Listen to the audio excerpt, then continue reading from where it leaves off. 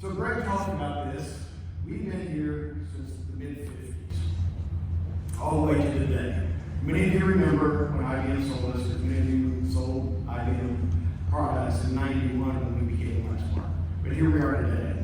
What I love about this chart, this is our timeline. It's not a straight line, right? Evolution, we've taken a lot of different paths to be here, a lot of different paths. This facility was built for typewriters, some of the first office equipment and the most important office equipment in the 50s and 60s. Telephones, typewriters, adding machines. This was the place in the world that it was built and foundational. And because of that, we were able to develop a world-class R&D team right here in Central Kentucky. Now I'm happy to say, over this 70 years, this was year 34 for me. I walked into this facility, 18 years old, to work on the manufacturing line for IBM. So I've been here for a long time, and I've seen a lot of this place. I worked in almost every area of the facility. Right here in this room, we built fusers in 1989 for some of the first IBM laser printers. I was in shipping and receiving. I was in plastics, all over the place. Going to college, learning today, and working on the line at night. Then I had the opportunity to actually become an engineer here when I graduated. And from there, I've seen the gamut of Lexmark. I've been in manufacturing, in engineering. For many of you, our first MFPs, I was a program manager for MFPs. Some of those were my designs, frankly. So I'm so proud to see the success of that and what the team's been able to build for many, many years. Then I had the opportunity to run sales and marketing for Lexmark for our supplies business back in the 2012 timeframe. Learned a ton there, and then had this great opportunity to be part of this team. You heard today, Greg, what you said, 28 years, right? Melanie Hudson, who's our Chief Commercial Officer, many of you met last night. I met Melanie on the manufacturing line. So that's her heritage as well, right? So this company and the employees, we bleed print in Lexmark. It's in our DNA. I joke about it. It's in my DNA. They probably plan to bury me out there in the courtyard. Hopefully a while from now. So a long history. We've come a long ways. Right? So that's the point. We're going to continue to evolve. The industry change is changing really rapidly now. You'll hear more about that from the team today. Our vision, we help our customers make that lasting impression on their world. What does that mean? Well, at every quarterly meeting, we have a video where we demonstrate this. And you guys do this every day in your businesses. Think about how many kids you help educate, how many patients you help get treatment for. One of our best customers is the U.S. Army, and we're part of the recruiting process for every new recruit, right? Gathering information, scanning documents, printing out documents for them. You can't think of a more impactful thing to be part of than that. So that's what we do. That's who we are. It's very important. And print, although very honestly, right, is declining, it's going to be incredibly important for years to come. And we're well positioned to continue to lead that marketplace. We are unique versus some of our competitors. We have been focused on industry expertise. In 1995, our strategy changed to go from the general office to being focused on industries, making sure we had insights to what healthcare, retail, and so on would need. So we developed that expertise. So our devices are very tuned to those very unique needs. We focus on outcomes. Again, not just print, but making sure there's outcomes. In-house engineering. Again, we have about 700 engineers here in Lexington, right? And you'll see some of them today around the room. I challenge any of my competitors to be able to put one room for this set of folks, for you guys, for the BSDs, to put the level of engineering count in the room that you can interact with directly, right? Many are overseas, many utilize partners in a lot of their product lines. It's all here. It's all here. And then we embraced emerging technologies from the very beginning, right? We were early to MFPs. We've embraced cloud. You see our offers now around cloud, AI, and ML. You're going to hear a lot more about that today as we looked at really advance our services and solutions offerings. Again, it's part of our DNA. leveraging these emerging technologies. So what's that allow us to do? Turn information into insights. Right? It's not just about the brand, it's about the insights that we generate from all of the data that we all have together. Data into decisions. Again, our customers are expecting outcomes, not just brand. So taking that data into decisions. And then last, action. Again, I think action on that data. This is a key part of what we do. It differentiates us from some of our competitors.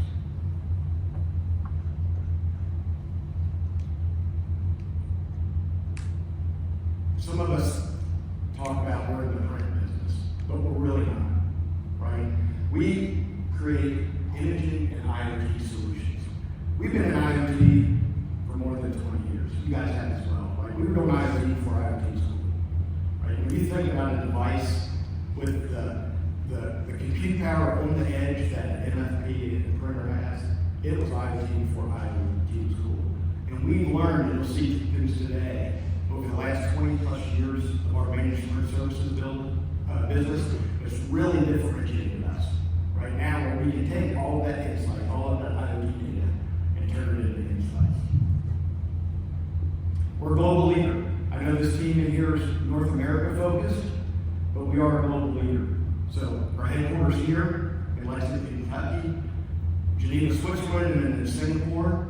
We have R&D facilities here in Calcutta and in Cebu, Philippines. And we have manufacturing locations that we own here in Boulder, Colorado, Mexico, and then we have partners in Poland and China and other places. So again, a truly global footprint. How do we reach our customers? We'll talk a lot about this more this afternoon, specifically for the BSDs. But we have more than 7 million access across the world. 7 million in 170 countries. We manage, Lexmark manages, more than 1.2 million of those assets. So this is our managed print services business with some of our largest customers around the world in 230 locations. We do that with a single instance of our managed print services platform. And we utilize 6,500 partners for that coverage. The 50 of you guys here today are an incredibly important part of that for North America. How do we reach our customers? I think you guys know this well. We do go direct. We try to be really specific and clear about who we go direct with, right? There is channel conflict at times, but we try to work through that very openly with you guys. Our intent is to stay where we're at and continue to leverage partners like we have, but also expand. So let's talk about our channel and our partnerships. You are key to this. Lexmark is underrepresented in the channel, specifically around small and medium business. We have been for years. And in enterprise, we're extremely strong. So we want to make sure that we continue to invest in technology, solutions, and outcomes that let you guys be successful with us. And you'll hear again today a lot more about those solutions and new products coming that's going to change the game, we think, for how you guys can leverage Lexmark. And then last, e-commerce. This is an interesting area as it's evolved here over the years. It's still an important path for us for small businesses in particular, and we'll continue to participate there as it makes sense for us.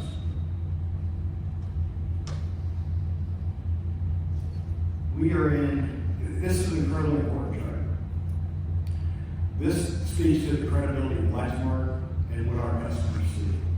7 of the top 10 global banks, 8 of the top 10 manufacturers, retail. If you guys walk into any retail business, think about the big box stores, you're going to see Lexmark behind the counters. You look at federal agencies, we're at 7 of the top 10 federal agencies. We're talking DOD, we're talking, Homeland Security. These people trust Lexmark in our solutions and our security.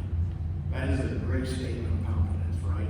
And I want you guys to be able to understand this so you can have that same confidence. I know we've gained confidence over the years. Many of you guys have been partners again for 15, 20 years. But this is an important note. So we are trusted by many. And then a few names down below. One of them, PGA of America, may change to a new name as of yesterday. But they're a great partner as well. And these are just a few names to share. But again, I'm sure today you guys go out in your lives, you'll see Lexmark in many, many places, even outside of your customer set. Award-winning products. You guys understand our product probably better than I do because you speak to it every day with the customer. Right? We retain from our large account sales force over 95% of our customers. It's a little dated. Last year and a half to 2 years, it's been 100%. You do that by quality products, quality service, and frankly, quality people. And we're really proud of that. And like many of our competitors, we get noticed, right? We win awards for this, and we're proud of that. And we're going to continue that excellence when it comes to product and product development. John Gale's going to be in the back of the room. I invite you to spend some time.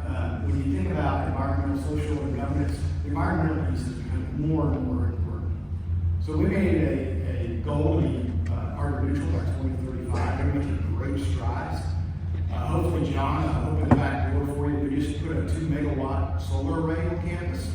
If you didn't have a chance to see it when you came in, it's important. But even more important, our products are designed for sustainability. We're talking about long life, right? Circular economy, analytics that let you know you need to refresh devices. So we are focused on this. You can see across the bottom of this chart, we continue to win awards and be recognized. Some of our products have more than 40% post-consumer recycled content, right? It's industry leading when you put it up against others in the marketplace. We have to talk about our employees. We have a broad set of global employees with very diverse backgrounds. What you'll see on this chart are diversity network groups. These are affinity groups for our Lexmark employees to be able to participate in affinity groups like mine, right, to show inclusion in Lexmark. We want everybody to be welcome here. Our latest survey said 95% of Lexmarkers were proud to work for this company. And more than that said they felt respected. They felt respected by the company and the management team and their peer employees.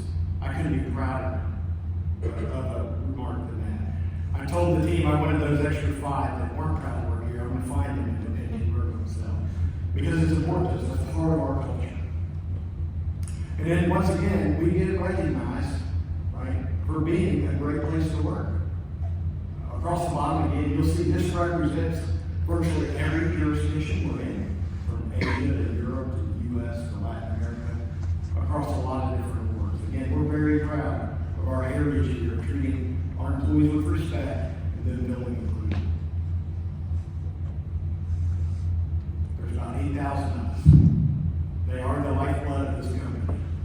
I know you guys feel it that way. When I talk to any of our customers, whether it's the folks in this room or abroad, they always, the first thing they say is, I love Susie or I love Bob, right? They are the best thing. And I'm proud to be a small part of that team. We're in 45 countries, and I know we're focused on North America here, but it's important to know that there are 8,000 Lexmarkers focused on helping you guys win. So once again, back to our vision. The mantra at the top was something we created 4 years ago, because it really is important. We're not just here for a job. We really do believe in what we do and how we help our customers make a lasting impression in their world. When you think about how we do that with our mission, working with passion and conviction, right? Those 8,000 people, that's what they do. They work with passion and conviction. And then, if you look at our values across the bottom, innovation, excellence, agility, integrity, right? This again is foundational. Hopefully you see this every day when you work with Lexmarkers. You'll see it on display here today. And that's why I'm proud to be part of this team. Let's talk about our strategy a little bit. There's going to be some high-level charts. The team can go into more details about today. We have 3 pillars to our strategy.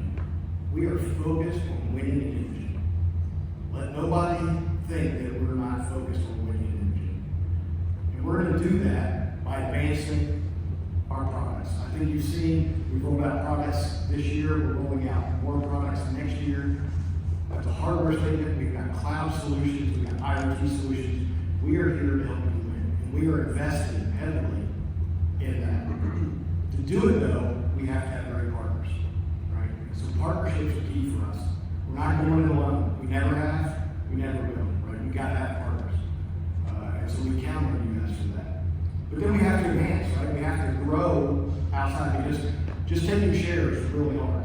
You guys know that, taking shares is really hard. We're going to do that on the left. But in the middle, we're going to continue to offer new solutions to expand the revenue, the wallet share.